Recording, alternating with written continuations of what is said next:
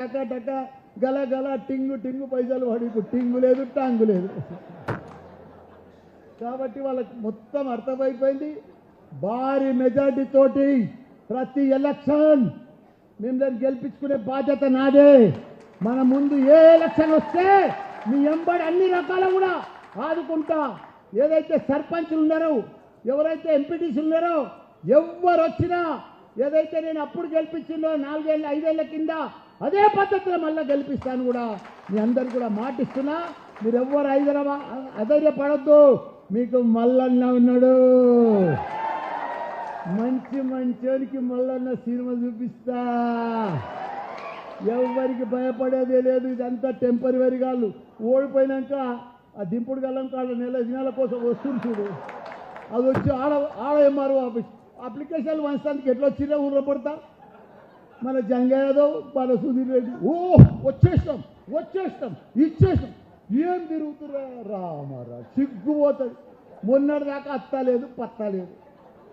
వాళ్ళు ఏం చేసినలే, వాళ్ళు ఏమైనా చేసినారే? వాళ్ళు ఎవరేం చేయలేదు. వాళ్ళు చేసిందంటే మళ్ళా చేసిందంటే కేసీఆర్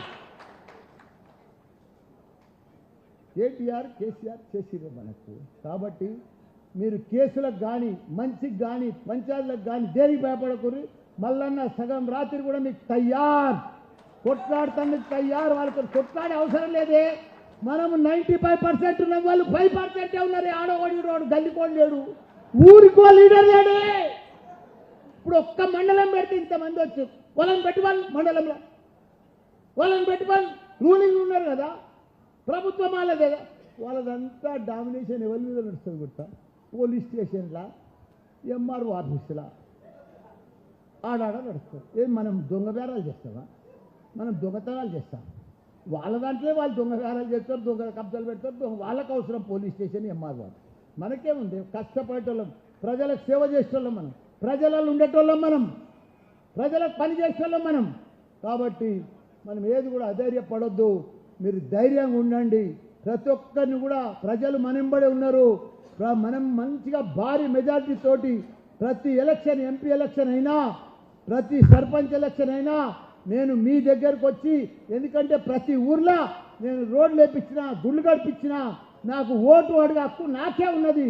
కాబట్టి ఊర్లలో దండం పెట్టుకొని పాదయాత్ర చేసి మీ అందరినీ కూడా ఎంపీటీసీలను, జెడ్పీటీసీలను మళ్ళీ పోయినసారి ఎట్లా గెలిపిస్తున్నావు ఇప్పుడు కూడా అట్లా గెలిపించే బాధ్యత నాదే అని కూడా మీ అందరికి కూడా మనవి చేస్తున్నా. మనమందరం కూడా ఒక కుటుంబం. మనమంతా కూడా కుటుంబాలు ఎప్పుడు కూడా ఏమి పంచాయతీ రానియం. ఒక టీం వర్క్, ఒక గ్రూప్, ఒక టీం. నా కొడుకులను కూడా మీరు చూసిరే, మంత్రి ఉన్నప్పుడు కూడా నా కొడుకులను చూసిరే. వాళ్ళు సేవకులే కానీ ఎప్పుడన్నా లీడర్గిరి చేసినారే? ఎప్పుడన్నా రుబాబు చేసినారే? వాళ్ళు ప్రౌడ్ చేసినారే? కమాండ్ చేసినారే? బంగారం అసలు కొడుకులే నాకు. వాళ్ళు కూడా నాకంటే ఎక్కువ సేవ చేయమని చెప్తా నేను.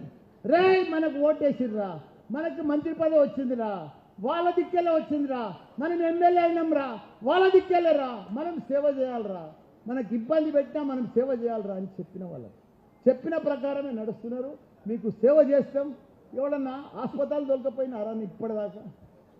4 హాస్పిటల్, మా అల్లుని హాస్పిటల్, మా తమ్ముని హాస్పిటల్, నా హాస్పిటల్. మీకు ఎక్కడ పోయినా ఎవ్వరు ₹1 అడుగుతలేరు హాస్పిటల్లో.